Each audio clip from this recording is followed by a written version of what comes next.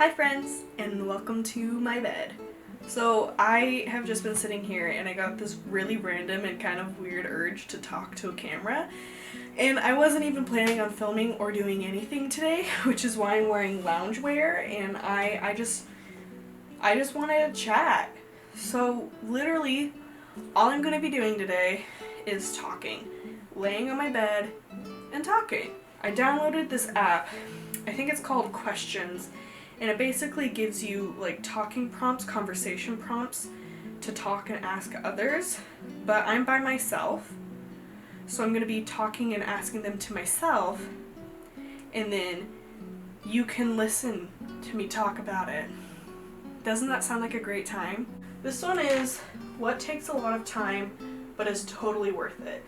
In my opinion, what something that takes a lot of time but is totally worth it is cooking like a really good meal. I like to cook. I kind of grew up in a household, at least in my dad's house, where he showed a lot of love and his care through cooking, and so I really enjoy eating good food, and a lot of times really delicious food takes a really long time to make. You know, lasagna, fantastic. Guess what takes forever to make? Lasagna. Pot pies, those take forever to make. So good.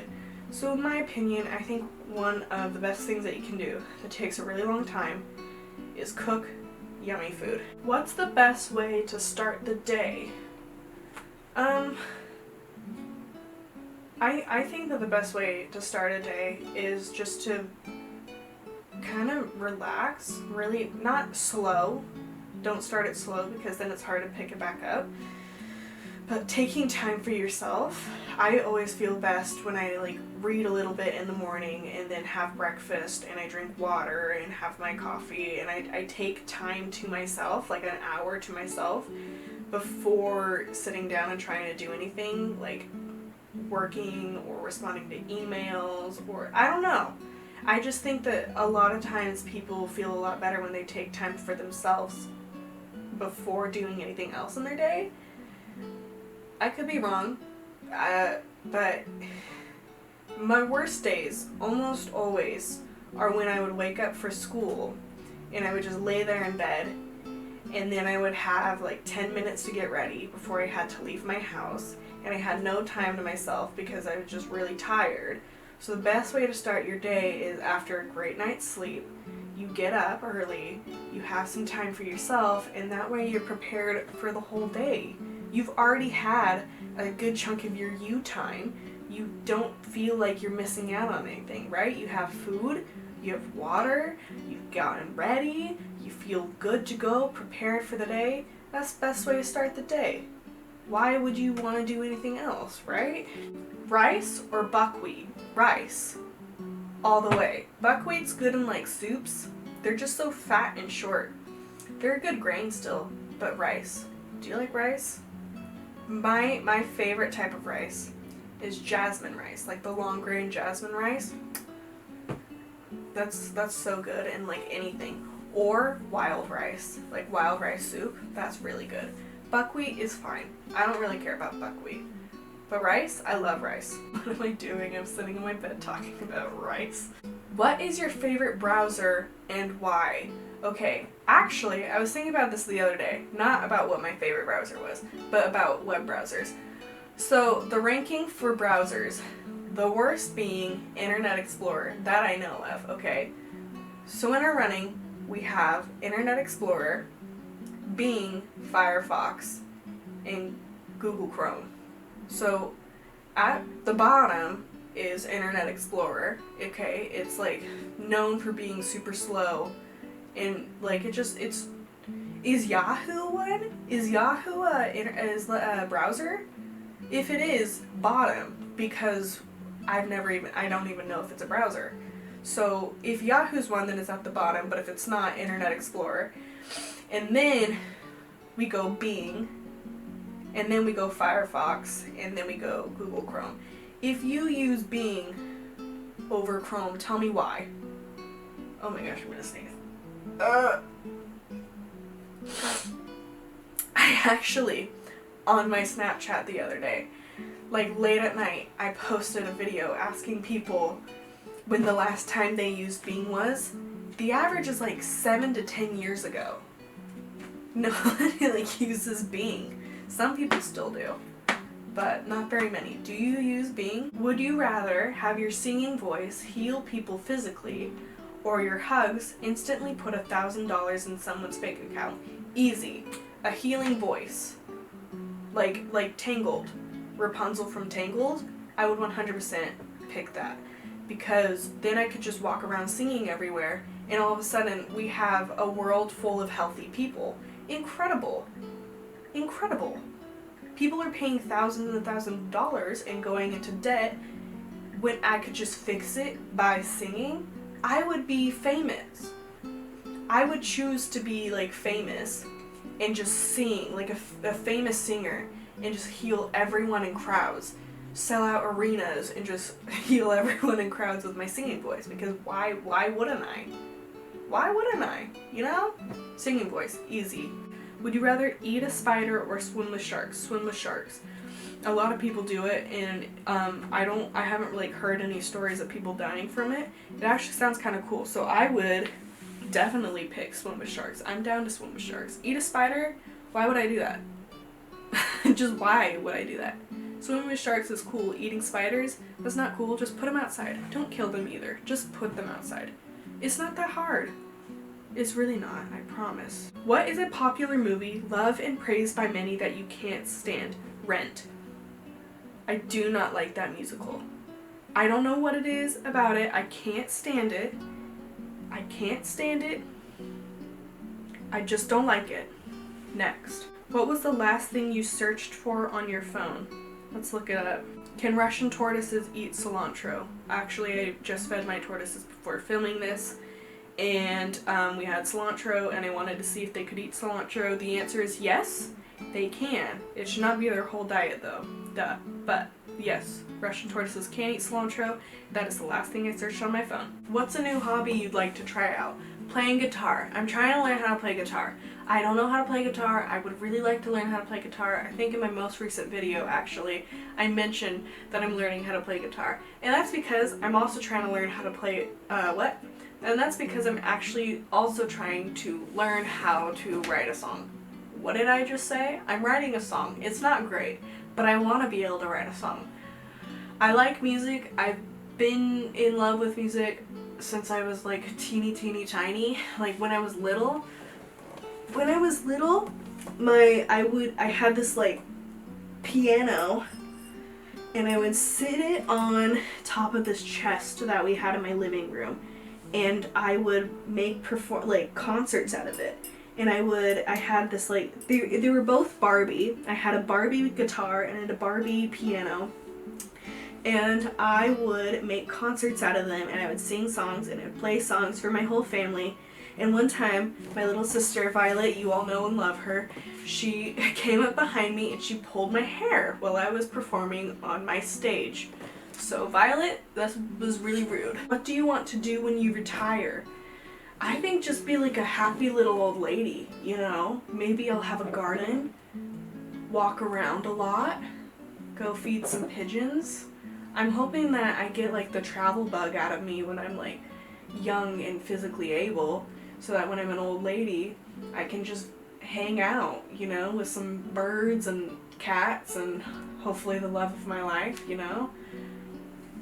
I don't wanna be like an old lady who's like, I never traveled to Scotland like I always wanted to. No, I'm just gonna go to Scotland like when I'm young and can go do everything I want, and then when I'm old, I can look back on these pictures of me from Scotland and love the fact that I went to Scotland. You know? Tell my grandkids stories about me going to Scotland. Why am I so stuck on Scotland? What in your life do you feel most grateful for? Safety. Safety and security.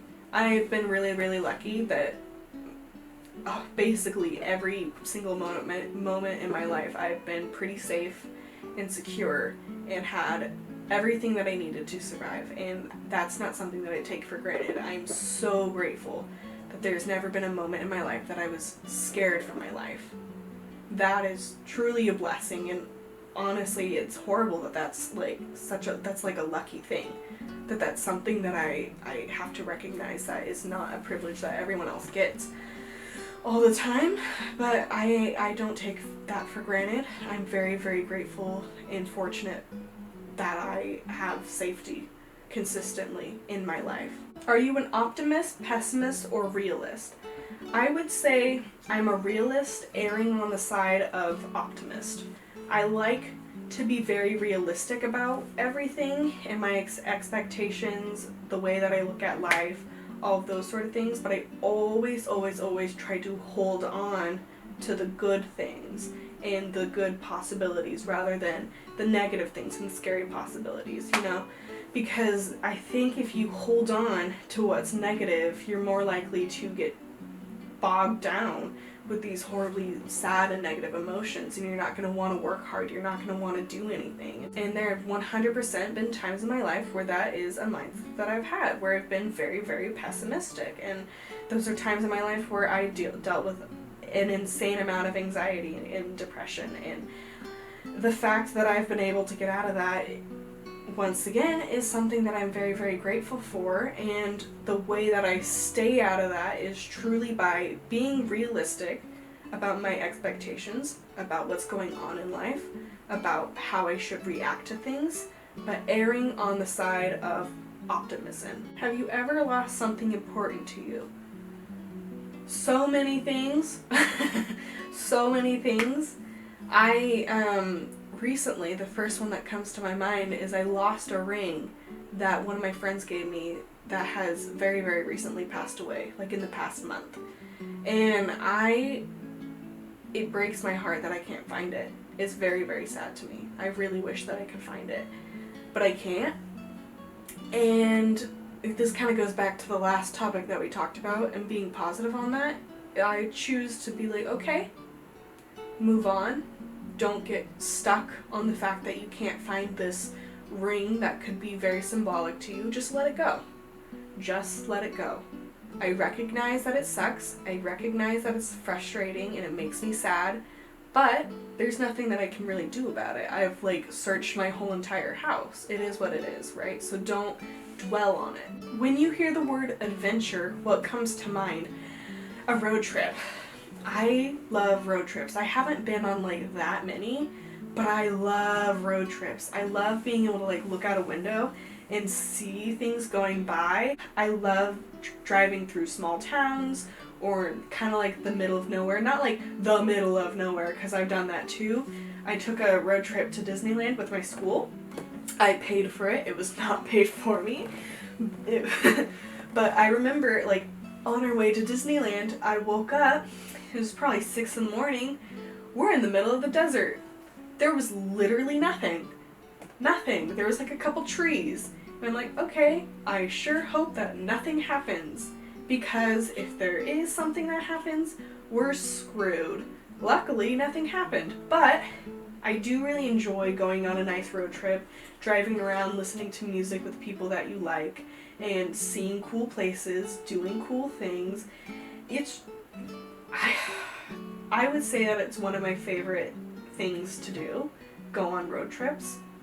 I also kind of like driving around, but also cars scare me. It's this weird combination of being in cars in the city really freaks me out, but being in a car in the country or in the woods or out on these back roads, something about it's very, very calm.